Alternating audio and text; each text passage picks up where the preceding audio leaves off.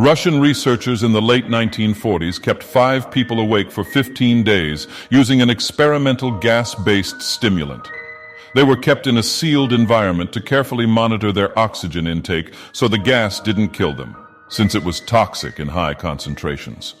This was before closed-circuit cameras, so they had only microphones and 5-inch thick glass porthole-sized windows into the chamber to monitor them. The chamber was stocked with books, cots to sleep on, but no bedding, running water and toilet, and enough dried food to last all 5 for over a month. The test subjects were political prisoners deemed enemies of the state during World War II. Everything was fine for the first 5 days. The subjects hardly complained, having been promised falsely that they would be freed if they submitted to the test and did not sleep for 30 days. Their conversations and activities were monitored, and it was noted that they continued to talk about increasingly traumatic incidents in their past. And the general tone of their conversations took on a darker aspect after the 4-day mark. After 5 days, they started to complain about the circumstances and events that lead them to where they were and started to demonstrate severe paranoia. They stopped talking to each other and began alternately whispering to the microphones, and one way mirrored portholes. Oddly, they all seemed to think they could win the trust of the experimenters by turning over their comrades, the other subjects in captivity with them. At first, the researchers suspected this was an effect of the gas itself. After 9 days, the first of them started screaming. He ran the length of the chamber, repeatedly yelling at the top of his lungs for 3 hours straight. He continued attempting to scream, but was only able to produce occasional squeaks. The researchers postulated that he had physically torn his vocal cords. The most surprising thing about this behavior is how the other captives reacted to it, or rather didn't react to it. They continued whispering to the microphones until the second of the captives started to scream. The 2 non-screaming captives took the books apart, smeared page after page with their own feces, and pasted them calmly over the glass portholes.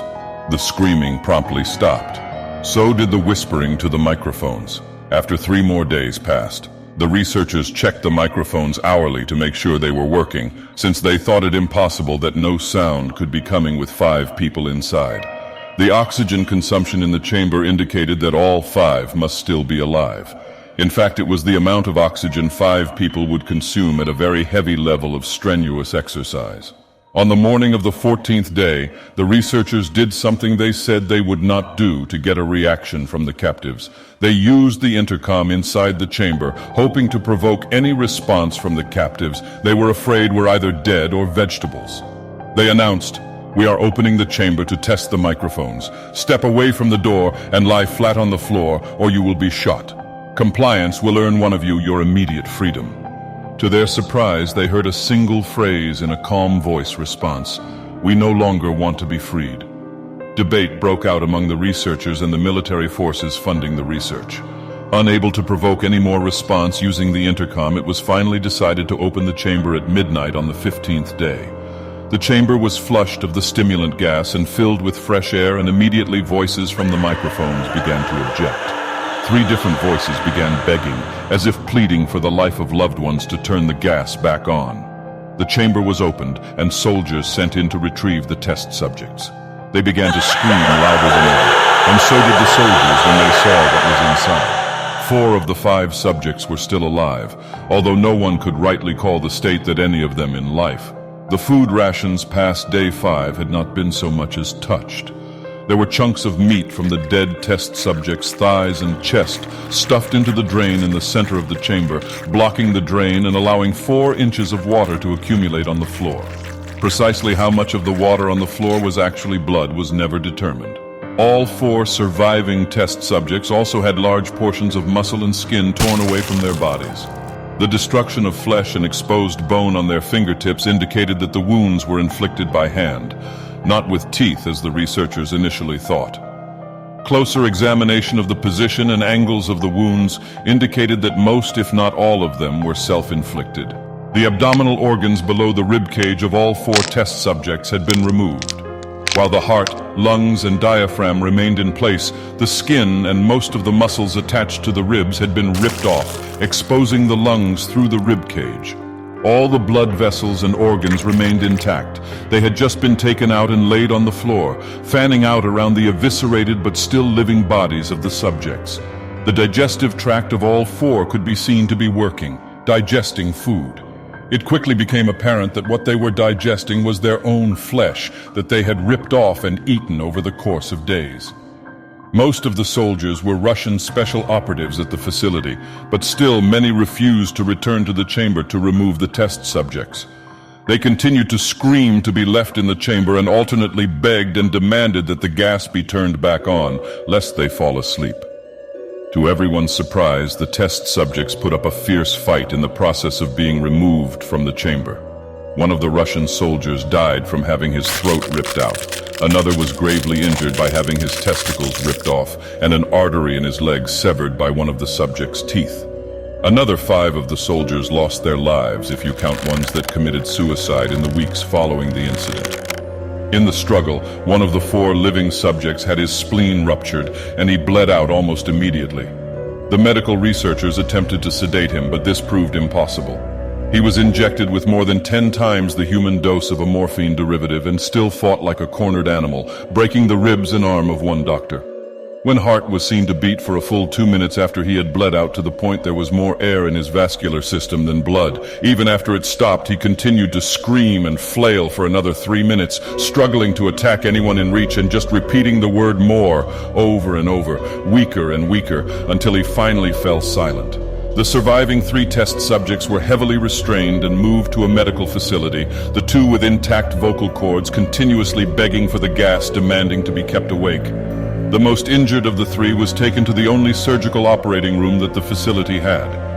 In the process of preparing the subject to have his organs placed back within his body, it was found that he was effectively immune to the sedative they had given him to prepare him for the surgery.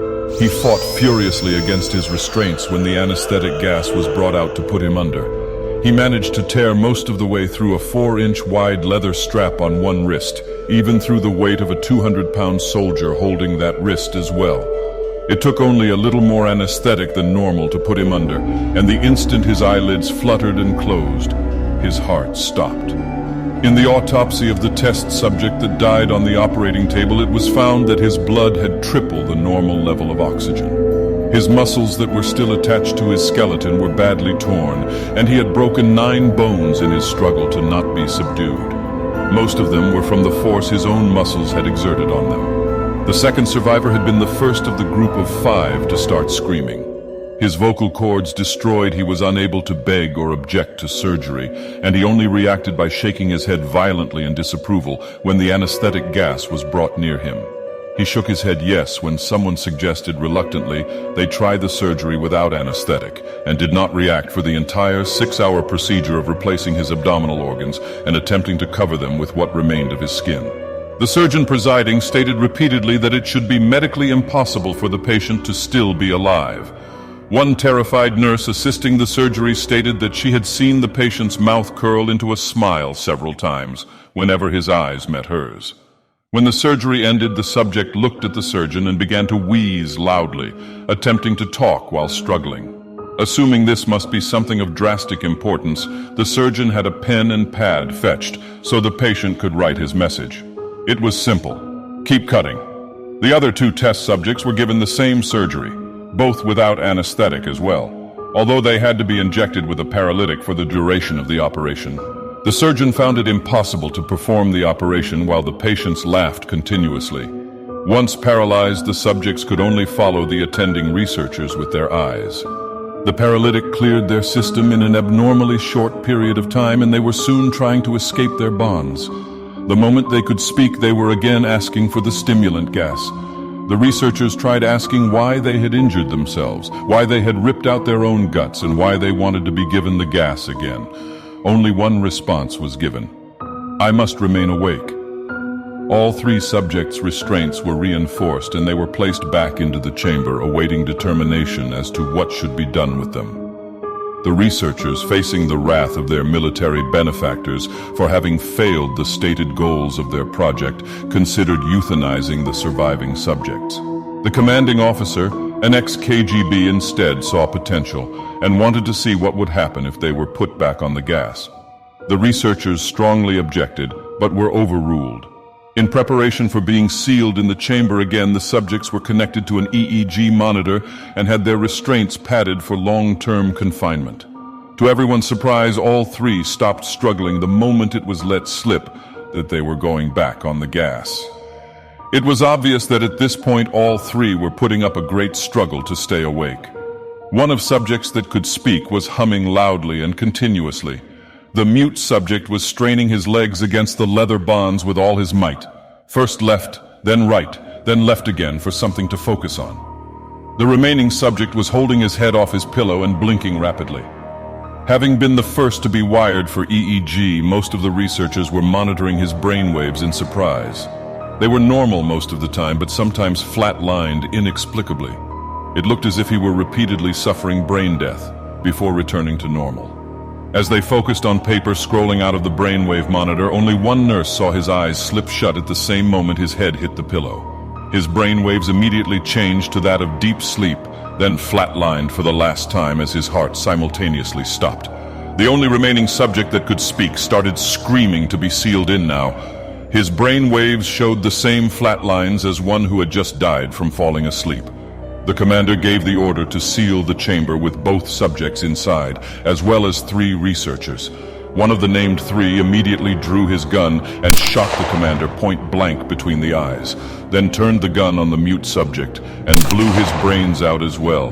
He pointed his gun at the remaining subject, still restrained to a bed as the remaining members of the medical and research team fled the room. "I won't be locked in here with these things, not with you," he screamed at the man strapped to the table. "What are you?" he demanded. "I must know." The subject smiled. "Have you forgotten so easily?"